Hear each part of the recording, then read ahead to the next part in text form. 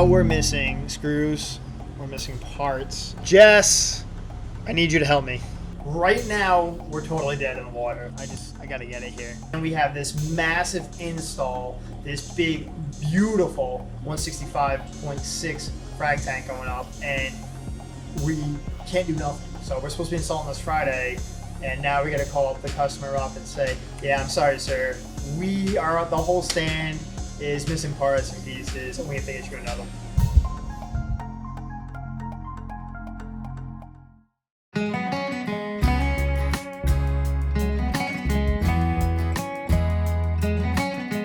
It's Installation Friday, and this is the Waterbox tank that we had issues with all last week, and it was amazing.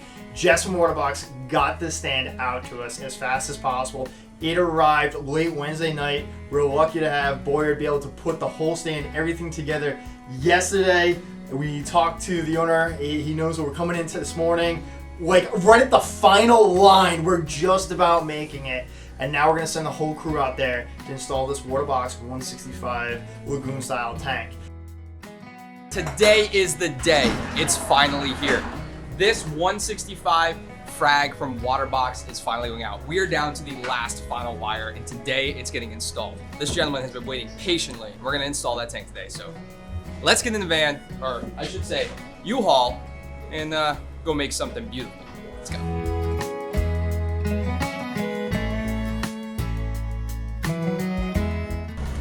Well, it just says we're about to try and do something important. Our dumpster gets empty.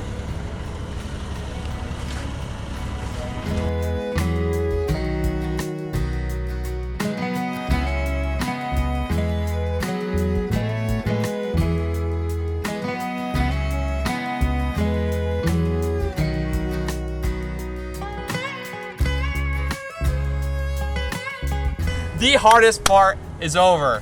Loading up everything and getting it in the van, the U-Haul. We're on our way now. All right, folks, we're at the client's house right now. We just went on in and took a look at where the stand is going. And next step, the crew's bringing them a 20 cube too. The courtesy that the tank and stand, or I should say the stand took so long to actually build and configure. So Taras just took that inside, and now our next step is to get the stand in place, leveled before we get the tank on top.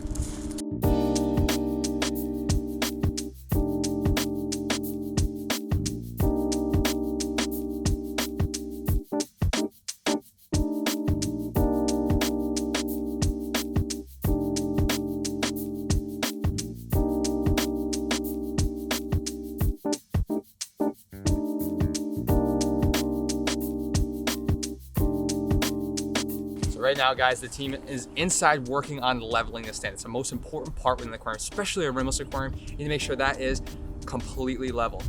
With an aquarium of this size and value, upwards of $6,000, we're gonna make sure that this install goes absolutely perfect.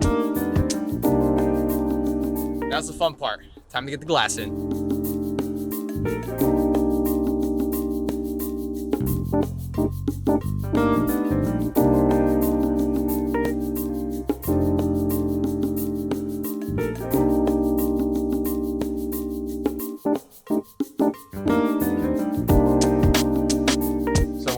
With the self-filtration in the return chamber underneath, which is going to be under the tank there, evaporation occurs.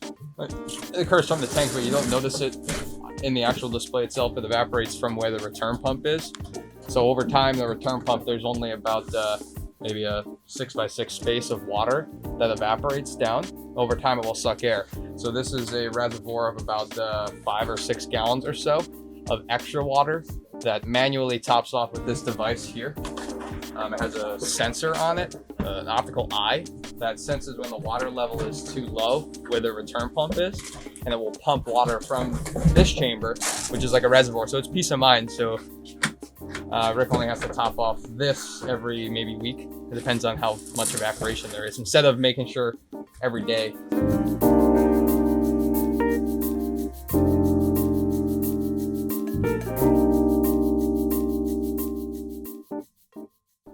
All right, so Pratt and Taras came and helped out actually get the aquarium in place. They did a fantastic job, and now they're gonna leave us. Patrick, thank you so much for the towels. Safe travels. Taras, Thank you.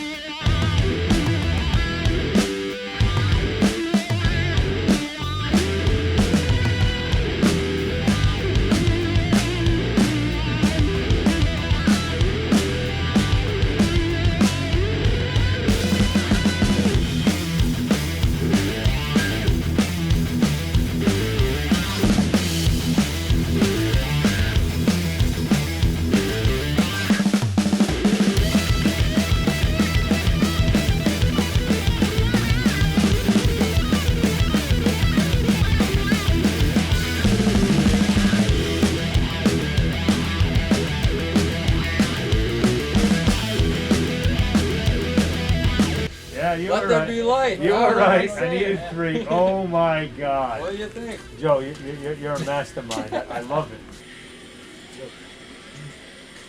So folks, right now we're currently filling up the aquarium. The aquarium owner actually has a unit here that we're able to adjust the temperature of the water perfectly to allow the tank to be ready for the aquatic plants that we're gonna add in as well. So this is a goldfish tank, if you guys weren't already aware. And the idea here was to have something that was a very smooth, simple riverscape with no protruding edges or anything sharp that the goldfish could possibly tear their fins on. Most of you may be aware, if not, goldfish are very sensitive with their finnage. So we don't want anything that's gonna hurt them. We use a lot of our New England roundstone and a couple pieces of our Amazon wood that is gonna protrude up and out of the aquarium, which is like the style that we have there, some of our show tanks at the Coventry store, and Seekonk as well. So, without further ado, we're gonna get some of these big broadleaf species of Anubias in the tank. So it's gonna add a pop of color to the tank. Smaller varieties of Anubias as well. These are all big, tough broadleaf plants that will stand up to the abuse of the goldfish.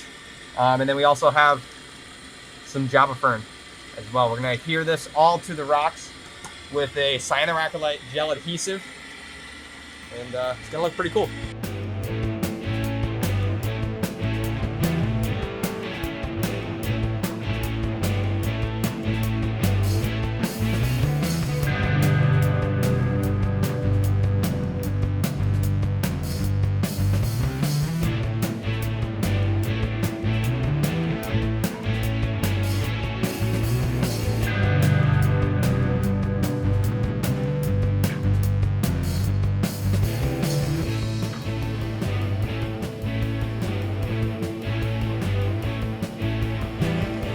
Folks, thanks so much for watching another episode of OSA Aquatics TV. If you're interested in a large aquarium setup like the one we installed today, come on down, see us at the Seekonk location. I am there almost all the time, or you can come see Scott and we can get you into something big and beautiful, just like the Waterbox 165.6 we installed today for some goldfish. How cool is that? Thanks guys, and for this one, keep it fresh, baby. Woo!